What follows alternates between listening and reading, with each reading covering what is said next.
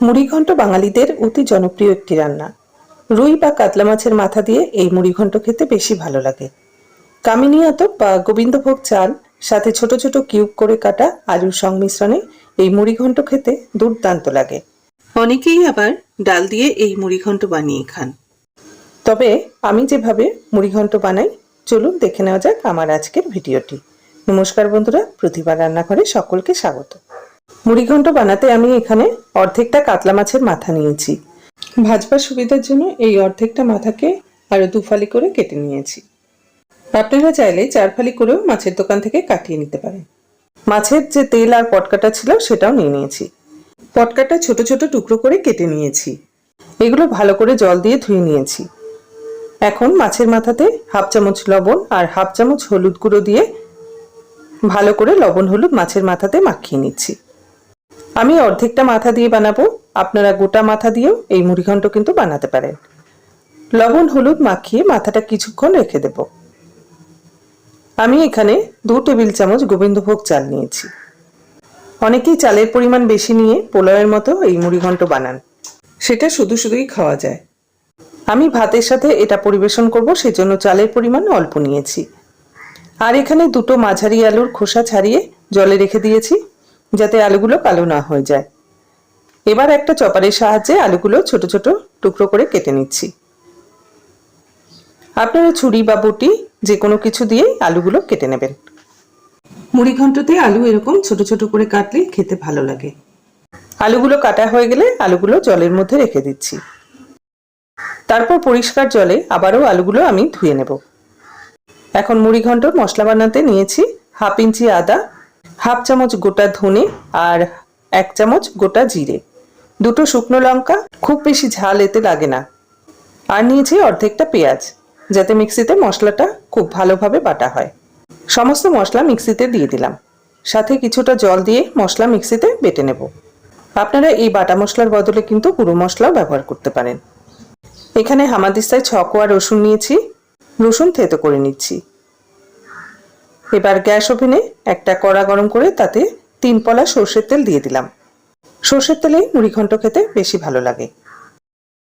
তেল গরম হলে মাছের মাথা তেলে দিয়ে দিলাম।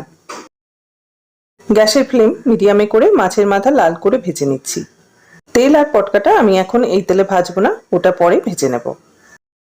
মাছের মাথা লাল করে ভেজে নিয়ে একটা পাত্রে নামিয়ে রাখছি। এবার ওই তেলে কেটে ধুয়ে রাখা আলুর টুকরোগুলো দিয়ে দিলাম। গ্যাসের ফ্লেম হাইতে করে আলুতে হালকা রং আসা পর্যন্ত ভেজে নেব। হাই ফ্লেমে এই কারণেই ভাজতে হবে, যাতে আলুর বাইরেটাতে একটা হালকা রং ধরবে অথচ ভেতরটা শক্ত থাকবে। লো ফ্লেমে ভাজলে আলু এই ভাজার সময় সেদ্ধ হয়ে যাবে, তাতে মুড়িঘণ্ট রান্না হতে হতে আলুগুলো একদম গলে যাবে। আলু ভাজা হয়ে গেলে আলুটাও একটা পাত্রে নামিয়ে রাখছি। এবার কড়াতে যেটুকু তেল ছিল ওই তেলে ধুয়ে জল ঝরিয়ে রাখা গোবিন্দভোগ চাল দিয়ে দিলাম। চাল ভাজতে বেশি তেলের প্রয়োজন নেই, অল্প তেলেই কিন্তু এই চাল ভাজতে হবে। চালটা দিয়ে নেড়ে চেড়ে ভেজে নিচ্ছি। অনেক সময়ই ঘরে গোবিন্দভোগ বা কামিনী আতপ চাল থাকে না, সেক্ষেত্রে যে কোনো আতপ চাল বা ভাত বা চিড়েও কিন্তু এই ঘন্টর জন্য ব্যবহার করা যেতে পারে। চিড়ে দিলে চিড়েটা একবার ধুয়ে জল ঝরিয়ে নিয়ে একটু ফুলে উঠলে তারপর ব্যবহার করতে হবে। চাল দেখুন কড়ার গায়ে বেশ রোলিং করছে, এর ভেজা ভাব একদমই নেই, চালটা ভাজা হয়ে গেছে। এখন এই ভেজে নেওয়া চাল একটা পাত্রে নামিয়ে রাখছি। এবার ওই কড়াতে দিয়ে দিলাম আরো 2 পলা সর্ষের তেল। তেল গরম হলে 2টো শুকনো লঙ্কা আর একটা তেজপাতা ফোড়ন দিলাম। শুকনো লঙ্কা তেজপাতা 2-3 বার নাড়িয়ে চাড়িয়ে 1/2 চামচ গোটা জিরে আর 2টো ছোট এলাচ আর একটা দারচিনি স্টিক ফোড়নে দিয়ে দিলাম। ফোড়নটা একটু নেড়েচেড়ে ভেজে নিয়ে থেতো করে রাখা রসুন দিয়ে দিলাম। রসুন কয়েকবার নেড়েচেড়ে একটা মিডিয়াম সাইজের পেঁয়াজ কুচি দিয়ে দিলাম। পেঁয়াজ নেড়েচেড়ে হালকা করে ভেজে নিয়ে দিয়ে দিলাম মাছের তেল পটকা। পেঁয়াজের সাথে মাছের তেল পটকা ভেজে নিচ্ছি। শুধু তেলে যদি মাছের তেল ভাজতাম তাহলে তেল কালো হয়ে যেত, আর পটকাটা ভাজলে সেটাও শক্ত হয়ে যেত। এভাবে পেঁয়াজের সাথে ভেজে নিলে সেই সমস্যা আর হবে না। পেঁয়াজ লাল করে ভাজা হয়ে গেলে যে মশলা পেস্টটা করে রেখেছিলাম আদা জিরে ধনে লঙ্কা আর পেঁয়াজ দিয়ে সেটা দিয়ে দিলাম। সাথে হাফ চামচ লবণ আর হাফ চামচ হলুদ দিয়ে দিলাম, আর দিয়ে দিলাম একটা টমেটো কুচি। নেড়ে চেড়ে মশলা ভালো করে কষিয়ে নিচ্ছি। মশলা খুব ভালো করে কষতে হবে, তাহলে মুড়িঘণ্ট খেতেও খুব ভালো হবে। কষাতে কষাতে মশলা ড্রাই হয়ে গেছে। এখন মিক্সিতে যে সামান্য মশলা লেগেছিল সেটা ধুয়ে দিয়ে দিলাম। তারপর মশলা আবারও কষিয়ে নিচ্ছি।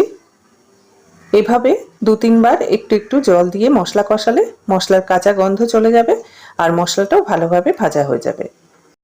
মশলা ভালো করে কষিয়ে নিয়ে মশলা থেকে যখন তেল ছাড়তে শুরু করেছে তখন ভেজে রাখা আলু আর গোবিন্দভোগ চাল দিয়ে দিলাম। মশলার সাথে আলু আর চাল আবারও 2-3 মিনিট কষিয়ে নিচ্ছি। কষানো হয়ে গেলে দিয়ে দিচ্ছি 250 ml মতো গরম জল। ঝোল ফুটে উঠলে ভেজে রাখা মাছের মাথা দিয়ে দিলাম। তারপর একটা ঢাকা দিয়ে 10 মিনিট লো হিটে রান্না করে নেব। মাঝে মাঝে 1-2 বার ঢাকা খুলে তরকারিটা নেড়ে চেড়ে দেব। 10 মিনিট পর ঢাকা খুলে দেখে নিচ্ছি। আলু বেশ সুন্দর সেদ্ধ হয়ে গেছে। এখন যে যেমন মুড়িঘণ্টর কনসিস্টেন্সি রাখতে চান, একটু ভেজা ভেজা বা শুকনো সেটা নিজেদের পছন্দ মতো রাখবেন। আমি এরকম গামাখা গ্রেভি রাখবো। ঠান্ডা হলে এটা আরও বসে যাবে। এখন এতে দিয়ে দিচ্ছি 2 চেরা কাঁচা লঙ্কা আর 1/4 চামচের মতো গরম মশলা গুঁড়ো। তারপর নাড়িয়ে চাড়িয়ে ভালো করে মিশিয়ে নিচ্ছি। ফ্লেম কিন্তু লোতেই আছে। ভালো করে নেড়ে চেড়ে মিশিয়ে নিয়ে গ্যাসের ফ্লেম বন্ধ করে একটা ঢাকা দিয়ে 2 মিনিট স্ট্যান্ডিং টাইমে রেখে দেব।